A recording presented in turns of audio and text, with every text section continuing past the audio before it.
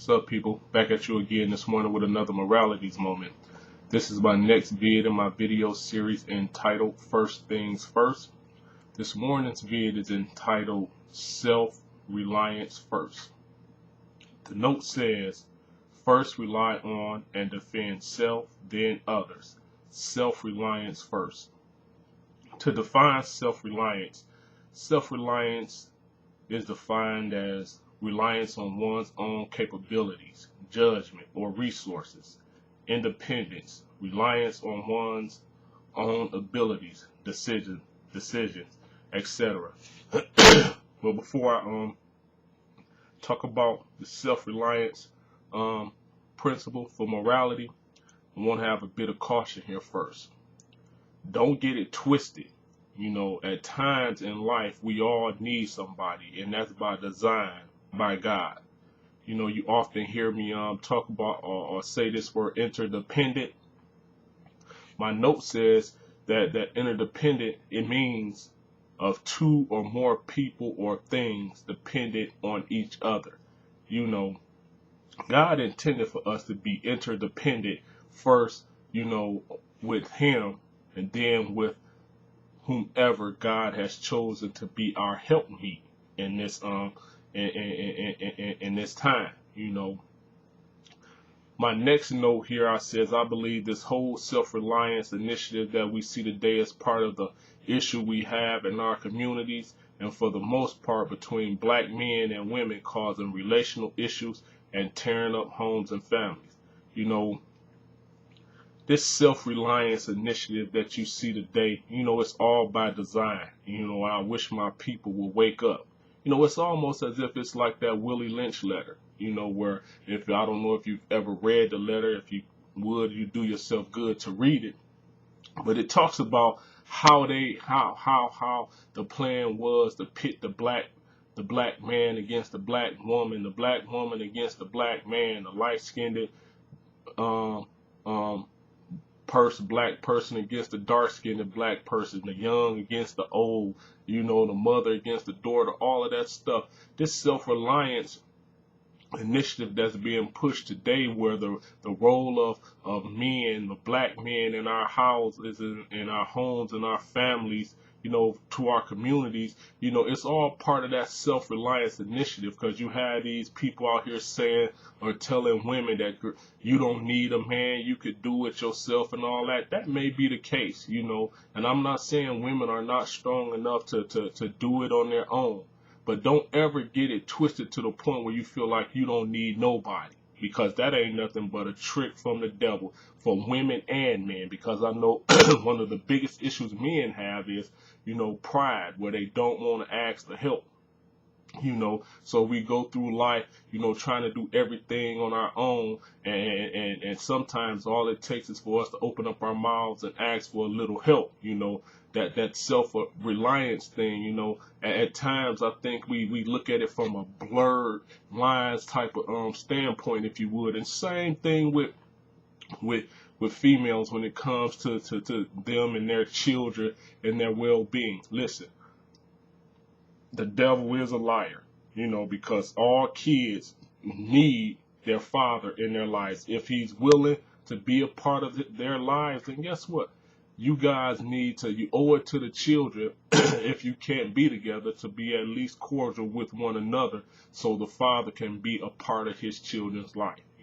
It's something that every child needs from their father, be it a male or female. It's just something about what a father can impart into their children, that somehow or another, it's a necessity, And if I could figure out what that is, maybe it's just presence. Maybe it's just the show or display of love and care, and the child feeling that the father wanted them, or whatever. I don't know how to pinpoint it, what it is that the child gets from the father. I know one thing, according to the Bible, the father pronounces the blessing over the child, But again, because of relational issues, we got this initiative to tear up the household, and that's the sad thing. And I think that's a good reason why I put out these morality moments, to help people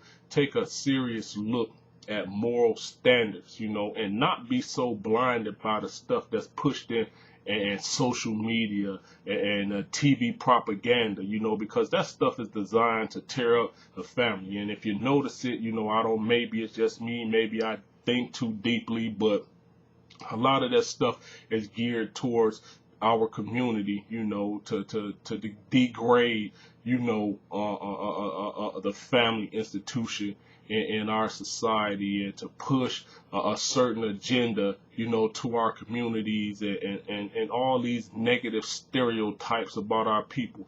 But that's a whole another vid series that I'll probably talk about. But to keep it moving, like I said, I believe this is one of the reasons why we have all these relational issues in our families, in our communities, especially between the black man and the black woman.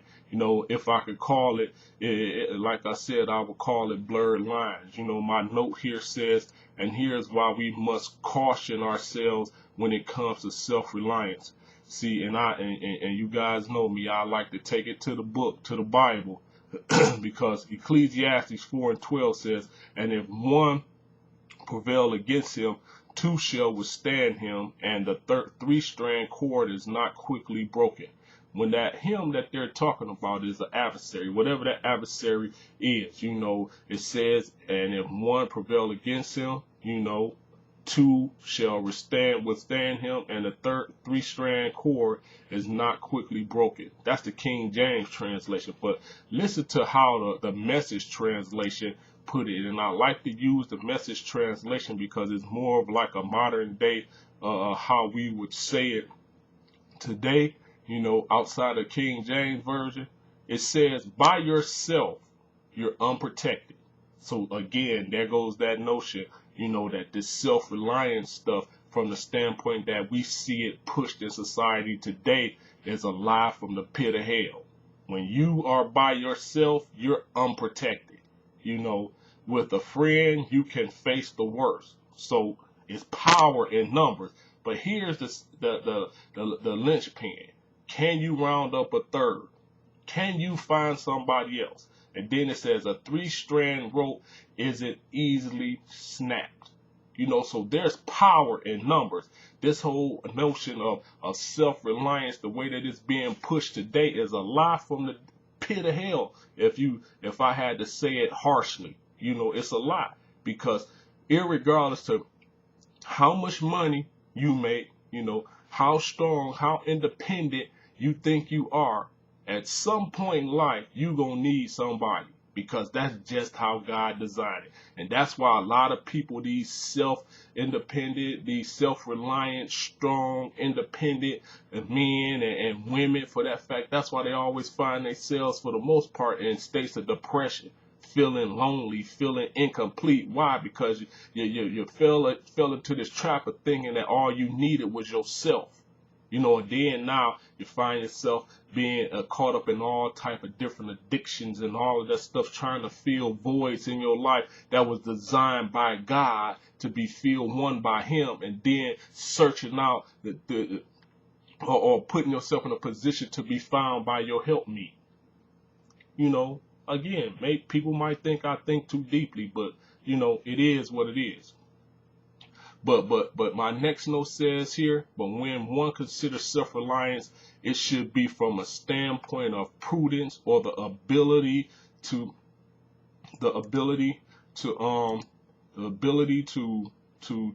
govern and discipline oneself by the use of reason.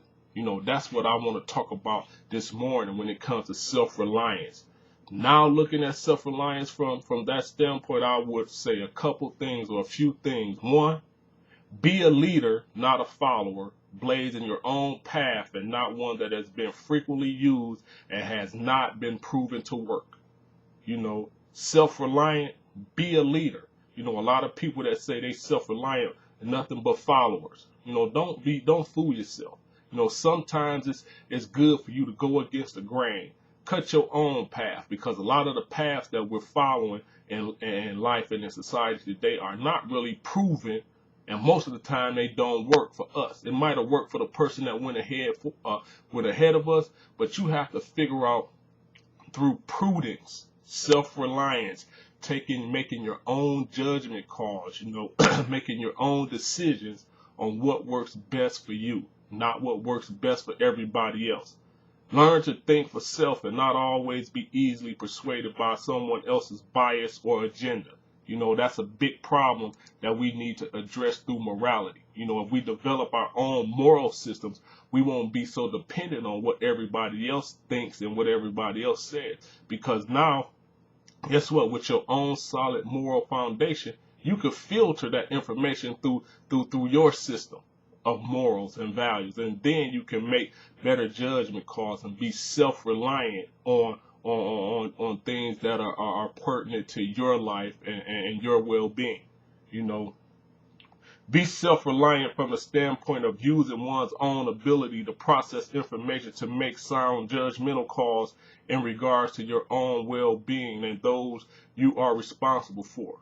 That's what I'm talking about, is self-reliance. I'm not talking about this stuff, I can do it by myself, this independent woman or this independent man. I'm talking about self-reliance from the standpoint of being able to make your own decisions, carve out your own paths, set your own agenda, be independent from everybody else's bias and their agenda. This is what I'm talking about, is self-reliance for individuals as well as people as a whole. Then my final note here says, be self-reliant, because all information is not good information. And if you are to detangle yourself from the mass deception that is so prevalently used today, guess what? You're going to have to rely on your own information. But again, your own information has to be based on something solid and not some frivolous. So with that being said, self-reliance first. First stand up for yourself or defend yourself, then others. Self-reliance first. With that being said, hope you enjoyed this morning's morality moment. Peace, and I'm out.